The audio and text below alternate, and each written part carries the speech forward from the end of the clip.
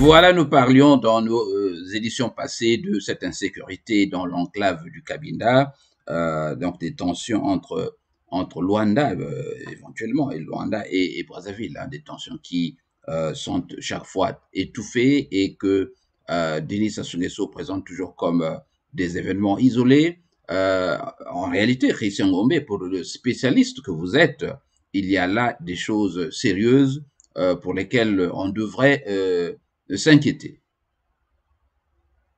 La réponse est oui, puisque nous avons le problème de milices privées au Congo-Brazzaville. Si elles n'ont pas été entièrement dissoutes, elles ont été transformées. Donc, jeunes sans expérience, enfants soldats, enrôlés dans l'armée régulière en sortant de ce qu'on appelle la guerre du 5 juin. 20 ans plus tard, 22 ans, 24 ans plus tard, il y a des gens qui sont sergents, donc brigadiers. 20 ans sans avancement de grade, ça crée un mécontentement. D'où un matin, quelqu'un qui décide que personne ne décolle. Il a tiré à l'arme légère, hein, le terme technique, il a tiré à la Kalachnikov sur l'avion Air France étant au tarmac à Pointe-Noire. Il faut un remplacement d'avion assez rapide pour montrer un certain mécontentement. Ce mécontentement n'est pas le premier. Il y a des incursions à répétition, notamment à la frontière de Tchabanzassi, l'enclave du Cabinda.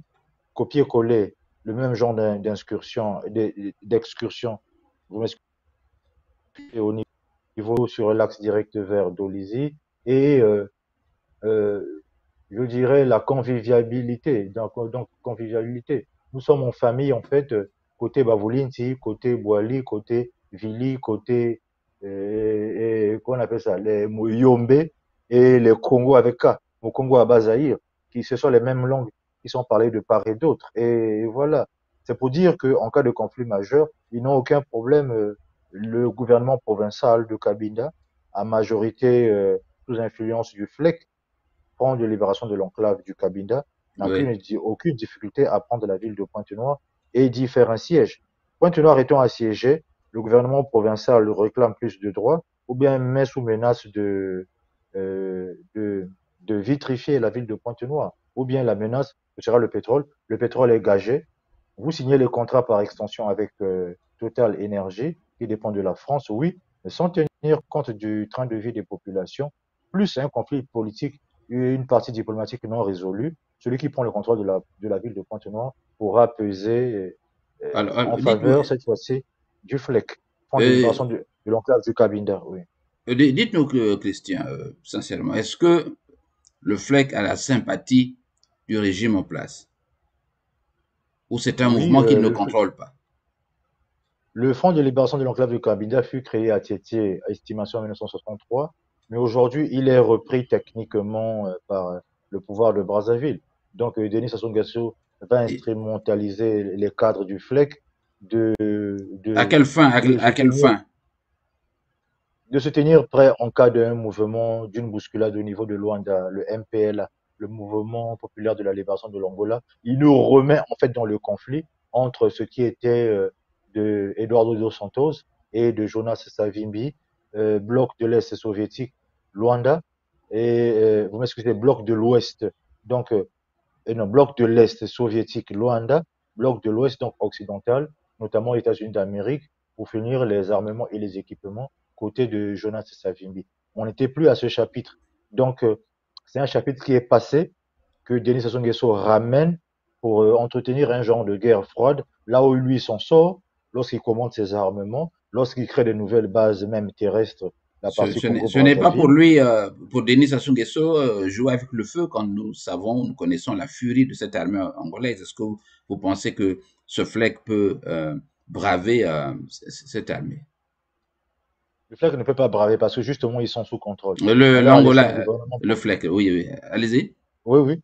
Le FLEC ne pourra pas braver face au MPLA, face au pouvoir central de Luanda, qui est militairement plus fort, qui dispose d'une des meilleures armées de l'air, qui dispose de 2000 généraux gradés, généraux pleins, notamment ceux qui ont, comme on dit, sac à dos, qui ont vécu toute cette guerre jusqu'à la libération totale de l'Angola, qui était l'objectif partagé entre UNITA et MPLA. L'Angola, c'est un problème sensible. Il faut pas toucher le problème de l'Angola. L'armée brésilienne a contribué. Le Portugal a contribué. L'Union européenne, donc Communauté économique européenne, l'ancêtre, a contribué. les États-Unis d'Amérique ont contribué, mais techniquement, la partie pétrolière, tout ce qui est, pour ne pas citer, les parapétroliers qui étaient là, de continuer l'extraction du pétrole, qui serait là comme une monnaie de gage par rapport à ce conflit, et tant que ce conflit dure. Est-ce que c'est la méthode d'affaires? C'est pas la bonne méthode d'affaires. Le Congo, les contrats pétroliers sont signés par extension, base marine militaire chinoise à Konkwati-Ndouli, doivent de l'argent à des Turcs qui n'ont pas payé, notamment le Centre international de conférence à Kintele, c'est de l'argent turc qui est gagé. Zone industrielle Maluku très chaud, là où c'est le Rwanda qui s'invite, avec notamment le problème d'achat de terre. Mais la partie cachée, ces contrats ne sont pas mis aux yeux de tout le monde. La partie cachée, c'est que en cas de faiblesse, en cas où le pouvoir vacille, l'Angola s'engage militairement sur le territoire du Congo-Brazzaville, contrairement à une loi de réforme. Lorsqu'on voit intérêt à une institution étrangère pour exploitation, le maximum c'est 25 ans, un quart de siècle. Et un quart de siècle pour une exploitation, nous sommes à un demi-siècle. Nous sommes à 50 ans de Euh, domination de Denis Sassou Nguesso, euh, puisqu'il était déjà dans le cercle du pouvoir. À vous.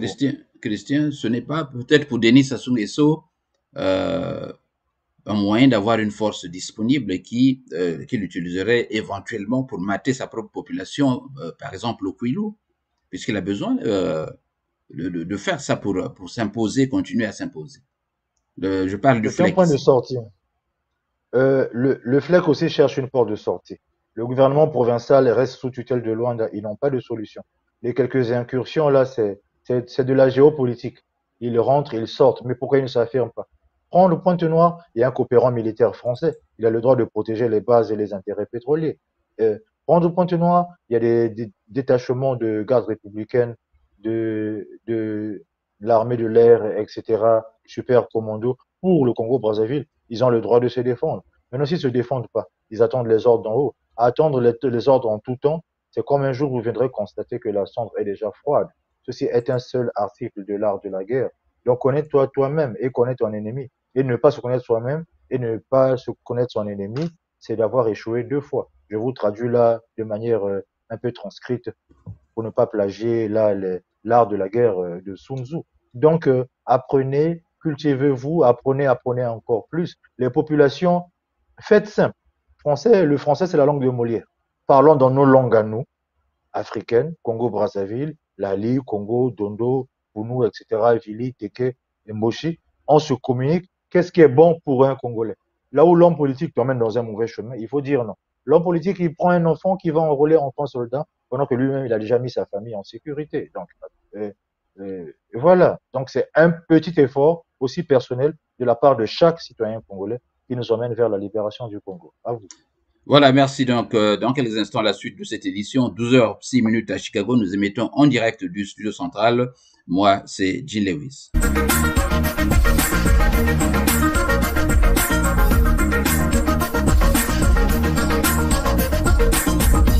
Sommet extraordinaire de l'Union africaine, un sommet qui s'est tenu hors du siège de l'Union. Était-ce là une espèce de vice de forme où c'est reconnu dans les textes qu'on peut déplacer une session de ce genre dans une capitale africaine?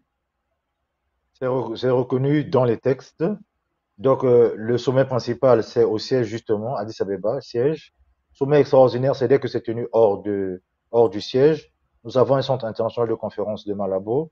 Nous avons un centre international de conférence à Kigali, qui avait été créé la même année, là où c'était Idriss Déby Itno, président en exercice de l'Union africaine, qui avait mis en place le problème du passeport africain et quelques institutions, et de relancer là le problème aussi du Parlement africain, qui lui est basé à Midrand, donc Pretoria, la moitié de la distance entre Pretoria et Johannesburg.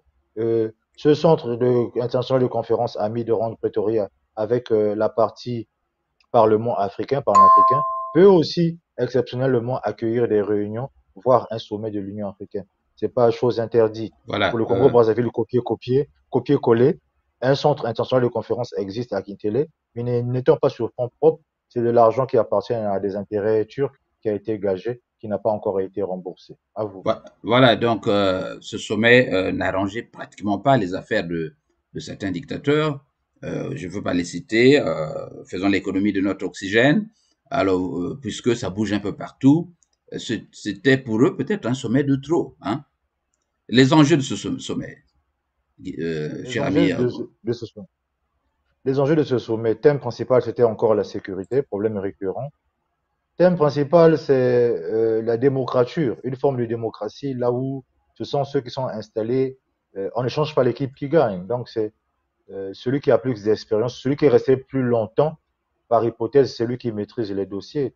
Et pour sortir de ce sommet, la troisième question qui n'a pas été bien abordée et qui était restée comme un prémisse, qui était restée comme un préalable, c'est de savoir qu'au sortir de cette réunion, il y aurait une autre réunion immédiate à Luanda, cette fois-ci, là où João Lourenço, en tant que médiateur, entre un début de conflit entre la République démocratique du Congo et le Rwanda. On va en parler Et le, dans la suite. Mais et le Rwanda. Oui, oui, c'est voilà. ça le prémisse. Oui, c'était ça la sortie, la question sortie de ce sommet. Voici. Et la question des changements qui se produisent un peu partout en Afrique de l'Ouest a-t-elle été débattue à ce sommet? Elle n'a pas été débattue parce que Moussa Faki, en tant que commissionnaire de l'Union africaine, il se prépare lui aussi à prendre le pouvoir au Tchad. Le Tchad, en fait, critique la transition au Mali, Mais il pendant a que le fait Tchad, une déclaration où il a interpellé de tous les côtés, hein, notamment les usurpateurs et malicieusement peut-être répudier des coups d'État, mais aussi une déclaration aurait été adoptée, mais qu'est-ce que cette déclaration, ce que je sache, est restée dans les tiroirs. Moussa Faki était ministre des Affaires étrangères du Tchad sous Idriss Déby Itno. Il est venu prendre ses voix à Oyo, même pas à Brazzaville. Il est venu à Oyo demander l'appui du doyen, un des anciens, donc Denis Sassou Nguesso, qui a déjà été président en exercice de l'Union africaine, qui a déjà été président en exercice de l'OUA, à savoir que l'Union africaine actuelle est construite sur les erreurs de l'OUA. Lorsque les erreurs de l'OUA ont été marquées sur un tableau, on connaît les erreurs majeures et principales de l'OUA afin de ne pas les répéter. Mais la même durée de temps, on a répété les mêmes erreurs de l'Organisation de l'Unité africaine. À quoi sert de changer le nom si on répète les mêmes erreurs?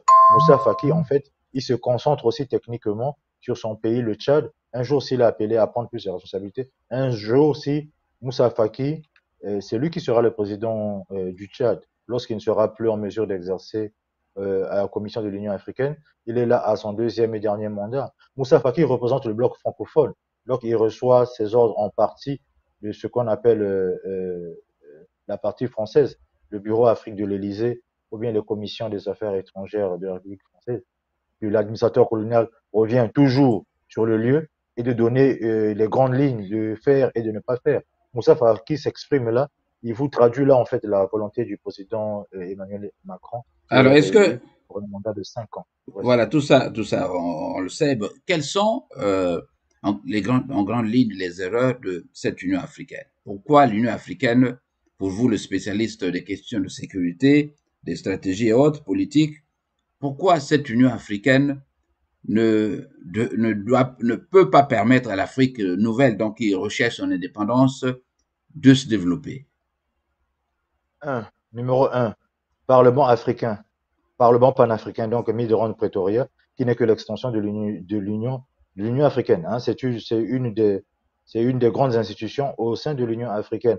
Cela fait 10 ans sur le papier, zéro résolution de conflit. Résoudre les conflits, justement, il faut une armée africaine qui soit là, qui dépende de l'Union africaine. Pas de simple mission. Avait été choisi général des armées, Sekouba Konaté, siège à Addis Abeba. Il a ses bureaux, appartements privés à Rabat, quelques appartements à Paris en famille lorsqu'il vient se reposer avec la famille directe, femme et enfants. Oui, Sekouba Konaté ne met pas en jeu une stratégie de recruter au sein déjà des 54 États africains.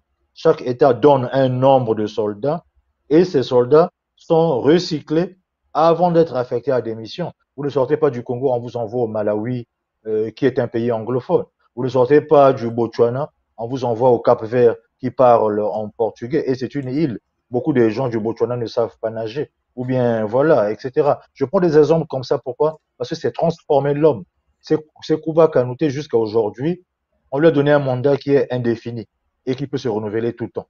Et en 5 ans, en 10 ans, il a son salaire de commandeur en chef des armées africaines au sein de l'Union africaine. Avait en 10 ans, moi je n'ai pas vu un document signé par le général des armées Sekouba Kanouté que oui, nouvelle stratégie pour l'Afrique. Ou bien un tel document que oui, l'Afrique reconditionne son armée. Ou bien donnons priorité à l'armée de l'air. Aujourd'hui, ce sont des drones, ce sont des tablettes, ce sont de quoi, etc. Et Alors, voilà. Ou bien il organise un recyclage de toute l'infanterie de toute l'Afrique, par exemple. Voilà.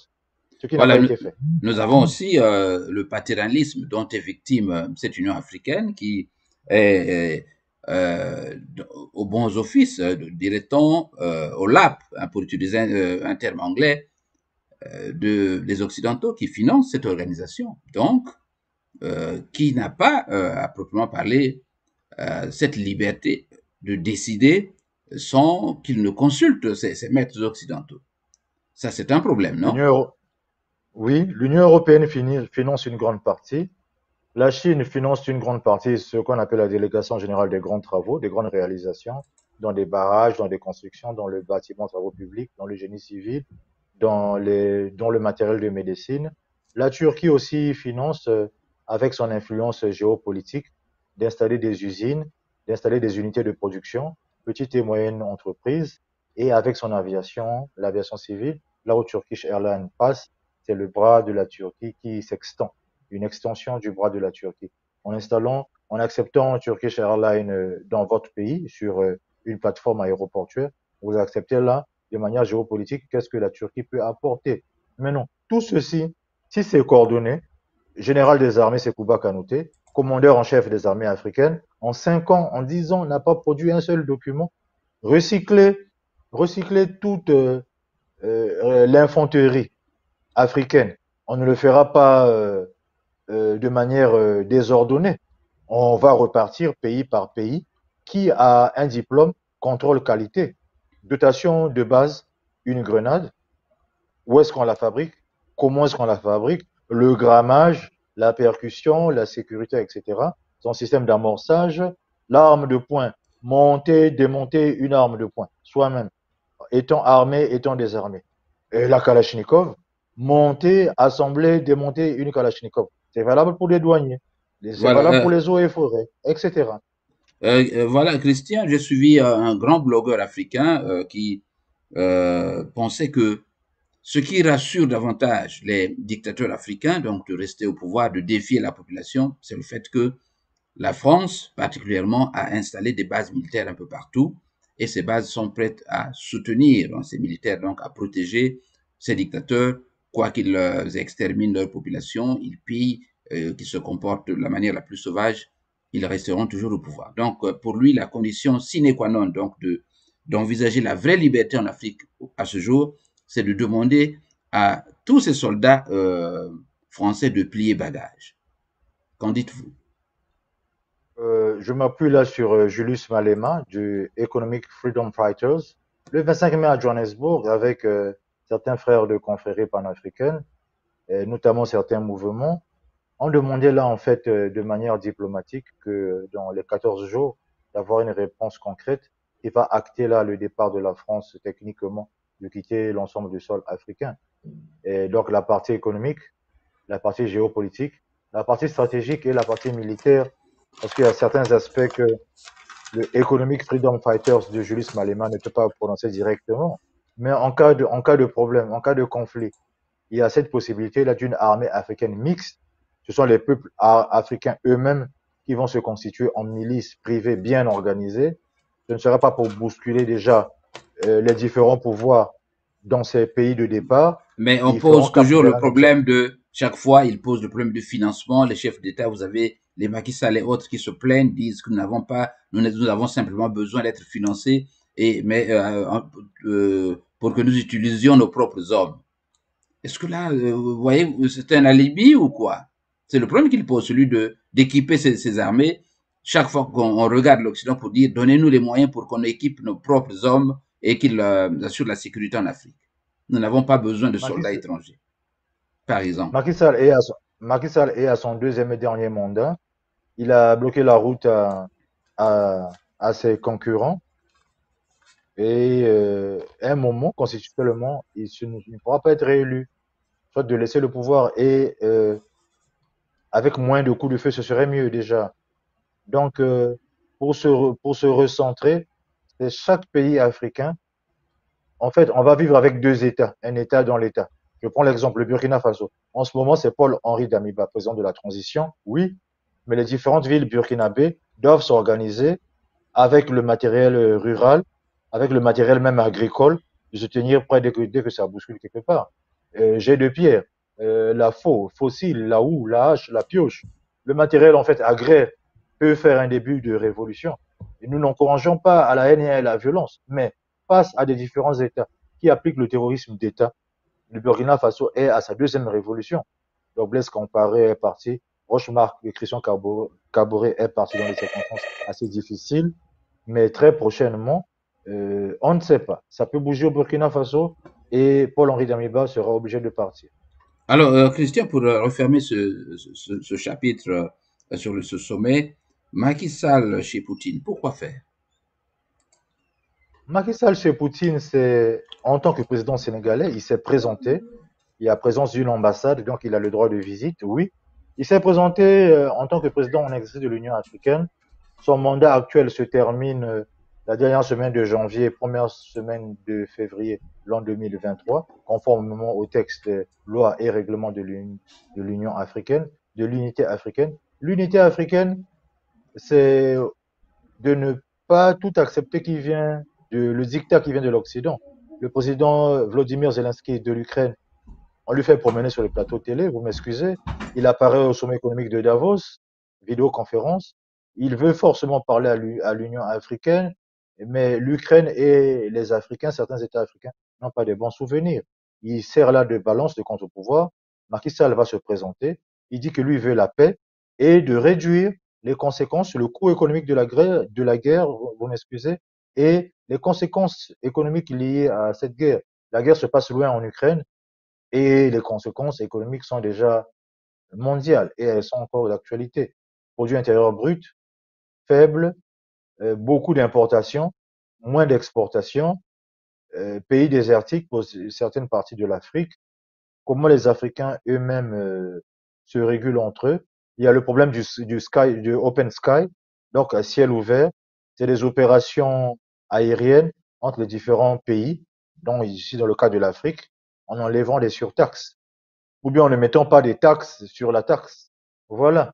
Donc, si les pays africains sont assez solidaires, on commence à faire du commerce, fret aérien, fret transit terrestre, transit maritime pour certains. Transit terrestre, justement, Macky Sall, en tant que donneur de leçons en Russie, a reçu une charge administrative que nous, dont je parle de nous, donc les commerçants ne peuvent plus supporter ce blocus de la frontière avec le Mali, la marchandise pourrie, ou bien chaque jour qui passe, et il y a des pénalités pour les transitaires, ce n'est un secret pour personne. Ça, c'est un niveau première année ou BTS de commerce international. La marchandise, lorsqu'elle dort, elle va payer un surcoût, coût assurance et frais et les différents incoterms. À vous. Voilà, la radio de la communauté, exactement 19h22 à Paris. La suite de ce journal dans quelques instants.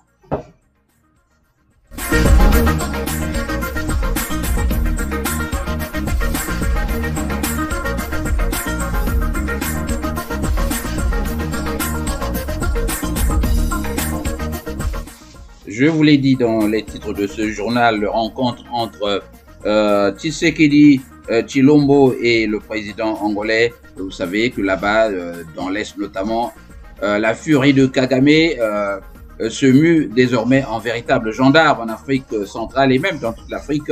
Les risques donc de squattage ne font que continuer du côté du Rwanda. Le Rwanda, qui a une terre de quelques 28 000 km² est en train de chercher des terres d'asile pour le trop plein de population. Donc la densité, vous savez, est très forte là-bas en matière de population. Alors, dites-nous, vous qui êtes le spécialiste, pourquoi ce vagabondage ou ce comportement de M. Paul Kagame? Pourquoi veut-il se comporter comme le gendarme de l'Afrique à ce jour?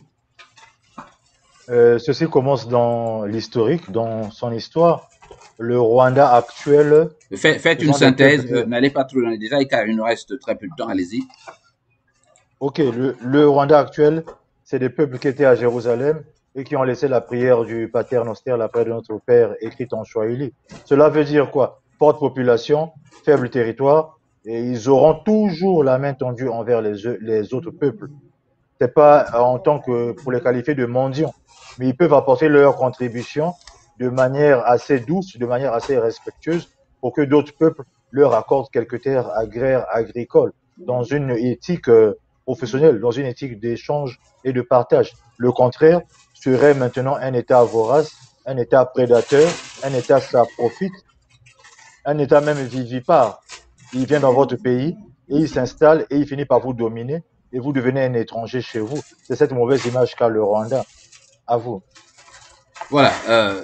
Mais Christian, quelle médiation le président angolais peut-il essayer offrir? Alors, je vous demande de supputer sur les directions, les propositions qui peuvent être les siennes aux deux belligérants.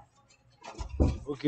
Côté Félix Tshisekedi, donc République démocratique du Congo, c'est de pacifier l'Est du Congo, c'est de retirer les armements lourds d'un certain calibre, pas d'artillerie, rien que de l'infanterie, et qui doit être maîtrisé.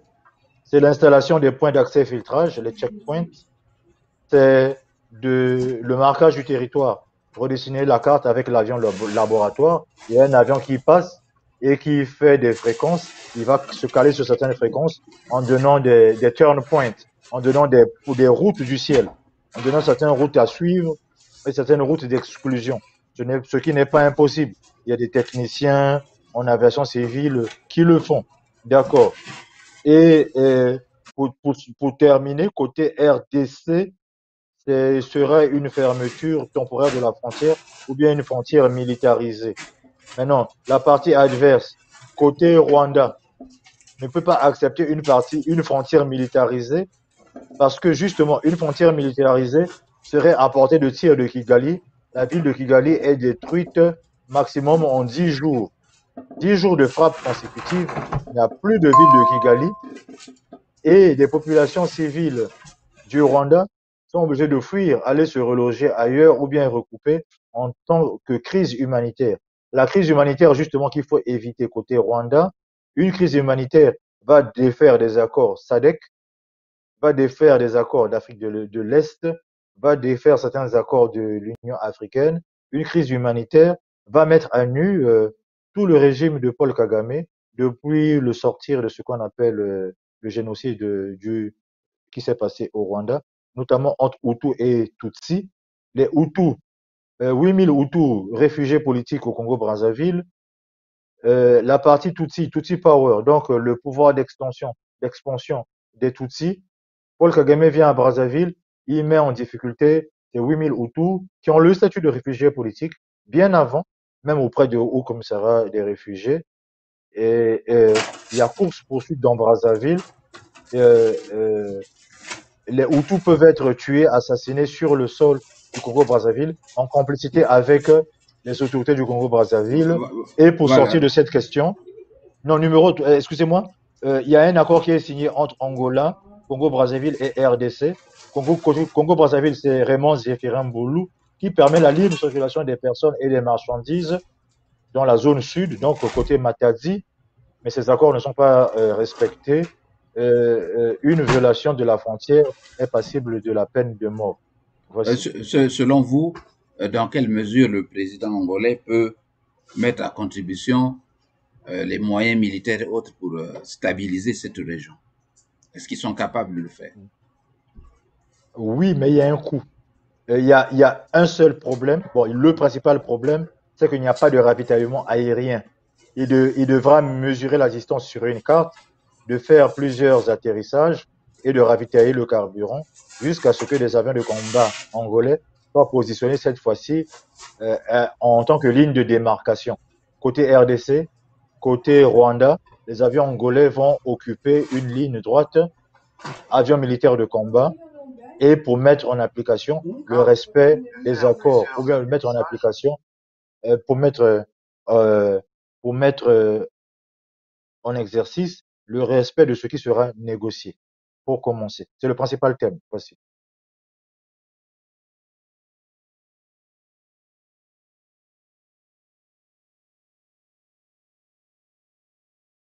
Je disais, excusez-moi, pensez-vous que au cas où ces accords ne venaient pas à être observés, notamment entre la RDC et le Rwanda, pensez-vous que le président angolais sera amené à organiser des frappes contre le Rwanda pour discipliner Kagame et arrêter ses velléités de squattage, car nous savons que le vrai problème du Rwanda, c'est de chercher à trouver des terres. Vous savez, peut-être autant que moi, qu'il a même négocié des contrats déjà en Grande-Bretagne. On nous dit que certains réfugiés qui sont là-bas en Grande-Bretagne sont sur le point de débarquer sur le sol africain, qu'en réalité ces réfugiés ne le sont pratiquement pas, qu'ils sont des militaires devant aider Kagame à continuer à squatter, à grignoter sur le territoire de la RDC. Est-ce que M.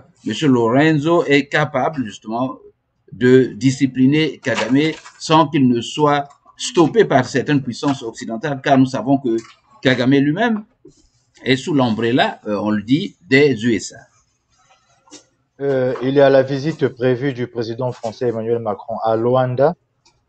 Et ce qu'on ne craint, c'est que pour se défendre, pour s'auto-défendre, João Lorenzo s'engage là en tant qu'opération militaire extérieure de l'Angola cette fois-ci. Il mettra devant la médiation entre deux parties et sur le terrain, c'est l'armée de l'air qui est très développée qui sera mise en avant, puisque les accords interdisent une artillerie lourde, les accords demandent de contrôler l'infanterie et les accords demandent un marquage et de redessiner la frontière déjà. Mais tout n'est pas à la frontière. Si l'infiltration est trop forte, c'est l'Ouganda, Rwanda qui s'engagent là dans un conflit armé vers la déstabilisation de toute l'Afrique centrale, les conséquences au Congo-Brazzaville, et Congo-Brazzaville qui ne souhaite pas famille Bongo troisième génération. Donc, élection présidentielle l'an 2023 au Gabon et ce qu'on connaît déjà comme incursion et instabilité à la frontière Congo-Gabon. Et aussi les populations civiles congolaises. Lorsqu'on dit que faites-vous enregistrer en tant que réfugié politique au Gabon, beaucoup n'obéissent pas. Et c'est quand il y a des coups de feu, il est peut-être trop tard. Tout homme en âge de combattre sera considéré comme dangereux ou bien dans le lot de l'espionnage. Et vous pouvez perdre votre vie à n'importe quel moment. Au revoir.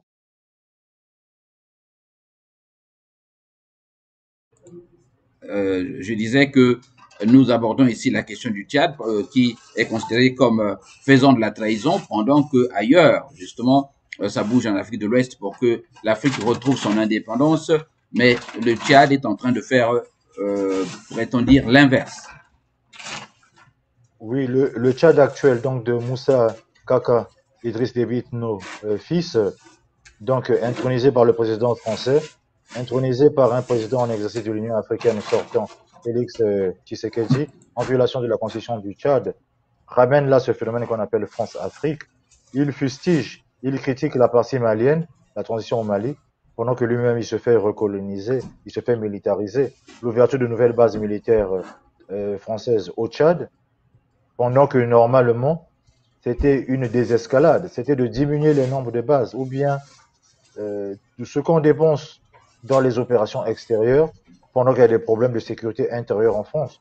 Pourquoi ne pas se recentrer sur la sécurité de la France elle-même, dans intramuros, donc dans ses frontières, que de déployer de l'armement, beaucoup d'argent, beaucoup de moyens hors de France, opérations extérieures militaires françaises qui coûtent beaucoup et qui n'apportent pas de très bons résultats. Bon, voilà, c'est déjà une grande question. Et il y a le Tchad qui sera là contre le Mali, techniquement. Il y a le Niger de Mohamed Bazoum qui sert là de repli déjà de l'opération Takuba. Eux aussi, techniquement, ils sont contre le Mali. Et l'Africom change de base pour s'installer à Dakar, Dakar de Macky Sall. Voulez-vous dire que Voici. tout cela c'est entretenu par le colon, notamment par la France, qui veut gagner, continuer à gagner du terrain en entretenant des foyers désormais entre ces pays. Ce sera là la Ils gagnent, seule possibilité pour eux de survivre en Afrique. ils gagnent surtout du temps. Ils gagnent surtout du temps sur l'échiquier. Un commandeur en chef des armées africaines, en 10 ans, n'a jamais produit un seul livre. N'a jamais redéfini la stratégie. Un parlement africain, panafricain, ça fait 10 ans. n'a jamais résolu un seul conflit, n'a jamais puni des criminels de guerre officiellement. Chaque chef d'État africain, notamment francophone, Afrique centrale, qui sont là des gardiens des camps de prison, des gardiens des camps de concentration, pour tuer leur propre peuple. Le pays fragile, la Somalie. La Somalie est faible de l'intérieur avec des influences extérieures. La somalisation. La Somalie porte d'entrée des armes clandestines et illégales vers une généralisation du conflit en Afrique de l'Ouest, ce que nous ne souhaitons pas, vers une, vers une généralisation du conflit en Afrique centrale aussi, ce que nous ne souhaitons pas. À vous. Et c'est ce que souhaite finalement la France qui est en perte de vitesse. C'est cela. La partie économique, c'est le squelette. Le squelette est dans le placard. C'est prémédité. On se dit que les Africains sont tellement faibles, les Africains n'arrivent pas à se coordonner entre eux. Ils sont tellement faibles. Qu'est-ce qu'on fait? Et ce qu'on fait, ils bénéficient de complicité interne de l'État africain, justement. Christian, dans quelle mesure, et ce sera la dernière question, dans quelle mesure une action coalisée peut se faire pour continuer à pousser la vague, donc une espèce de vague de contamination de l'Afrique de l'Ouest en Afrique centrale pour que ce mouvement qui a été enclenché au Mali puisse gagner du terrain et s'étendre dans tous les territoires africains, puisque nous parlons aujourd'hui notamment de l'indépendance de l'Afrique au sens ultime du terme, car nous savons que tous les pays sous le joug français ne sont pas des pays indépendants en termes de politique, en termes d'économie et autres. Alors, est-ce qu'il y a là une stratégie pour les panafricains de faire en sorte que ce mouvement puisse progressivement gagner du terrain et permettre de chasser finalement les dictateurs pour envisager. Y a-t-il là un moyen d'introduire ou une espèce de tampon comme la Russie pour rassurer justement les peuples africains que ces mouvements ne seront plus jamais matés comme la France le fait d'habitude? Parce que c'est là le vrai problème. Les gens ne peuvent pas aller dans la rue parce qu'ils ont peur d'être matés. Est-ce que la Russie doit davantage finalement s'impliquer pour que ces populations-là aient la possibilité de s'exprimer librement? La réponse est oui, mais il y a deux étapes. La première étape, c'est que nous attendons la réponse attendue par Julius Malema, Economic Freedom Fighters. Alors nous avons quelques soucis quelques soucis. Alors Christian, est-ce que vous m'entendez? Voilà, c'est bien dommage que à la fin de cette émission, nous avons des problèmes de ligne avec notre ami Christian Wangombe. Nous sommes joints de la communauté. Nous allons donc refermer malheureusement ce journal avec cette coupure qui nous vient de Paris. Hein. Donc j'ai perdu mon invité à la fin de ce journal. Nous parlions aujourd'hui du 5 juin, qui est considéré comme une journée tristement célèbre pour les Congolais, car vous savez que c'est le 5 juin que M. Denis Sassou Nguesso a renversé le régime de Pascal Lissouba, régime élu, le seul régime élu au Congo, et que aujourd'hui, même les partisans de Denis Sassou Nguesso crient à l'escroquerie, crient au vol, puisque ce qui leur avait été promis, ils ne l'ont pas eu. Voilà. Et que Denis Sassou Nguesso s'est employé, on l'a dit dans ce journal, à progressivement éliminer tous ceux qui l'ont aidé à renverser le régime élu de Pascal Lissouba. Nous parlions également du sommet extraordinaire de l'Union africaine. Nous avons également abordé la question du Rwanda. On sait que le Rwanda désormais veut se comporter en véritable gendarme, notamment en envisageant le squattage des terres en Afrique centrale, même en proposant aux Occidentaux de leur offrir des terres qu'ils ne possèdent pas. Les 28 000 km² qu'ils ont ne permettent pas justement à Kagame de loger ces gens. Où vont-ils les placer? Alors, tout le monde a compris qu'il y a là autre chose que les réfugiés dont on parle et qui sont sur le point d'atterrir sur le sol africain ne le sont en réalité pas. Ce sont peut-être les soldats qui vont aider Kagame à continuer à squatter la RDC et peut-être même une partie du Congo. Nous évoquons également avec Ngombe la question du Kabinda. Pourquoi le FLEC? Le FLEC est-il au service de Denis Sassou Nguesso? Voilà, dans ce journal, vous avez donc suivi la réaction de notre ami Christian Noah Ngombe. Alors, je vous retrouve, je ne serai pas dans la ville, je vous retrouve dans quelques jours, mais retenez qu'ici à Chicago, nous sommes dans le deuil.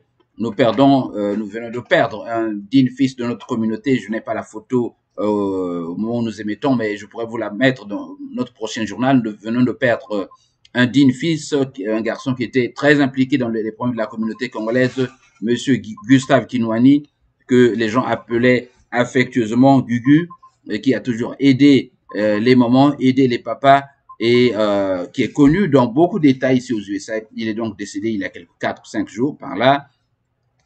Nous demandons à tous ceux qui peuvent nous aider, donc à aider la communauté congolaise à assurer ses obsèques, car nous déciderons dans quel jour nous verrons si ce corps sera rapatrié. Je crois qu'il le sera, et donc nous avons besoin d'argent pour que ce corps soit rapatrié. Nous avons fait circuler dans les USA ce qu'on appelle un GoFundMe, donc un lien qui permettra aux gens de faire des contributions sur ce lien pour que nous ayons de l'argent. Il nous faut beaucoup d'argent. Nous avons mis la barre à 15 000 $. Nous voulons donc que vous participiez à cette cotisation, chers amis. Donc, à tous ceux qui nous écoutent et qui aiment bien la radio de la communauté et Jean Lewis, allez là-bas sur ce lien GoFundMe, faire des contributions pour que nous ayons de l'argent et qui nous permettent de rapatrier le corps de notre ami Gustave Kinouani, qu'on appelait affectueusement ici à Chicago, Gugu. Donc Gugu n'est plus de ce monde, vous ne le verrez plus.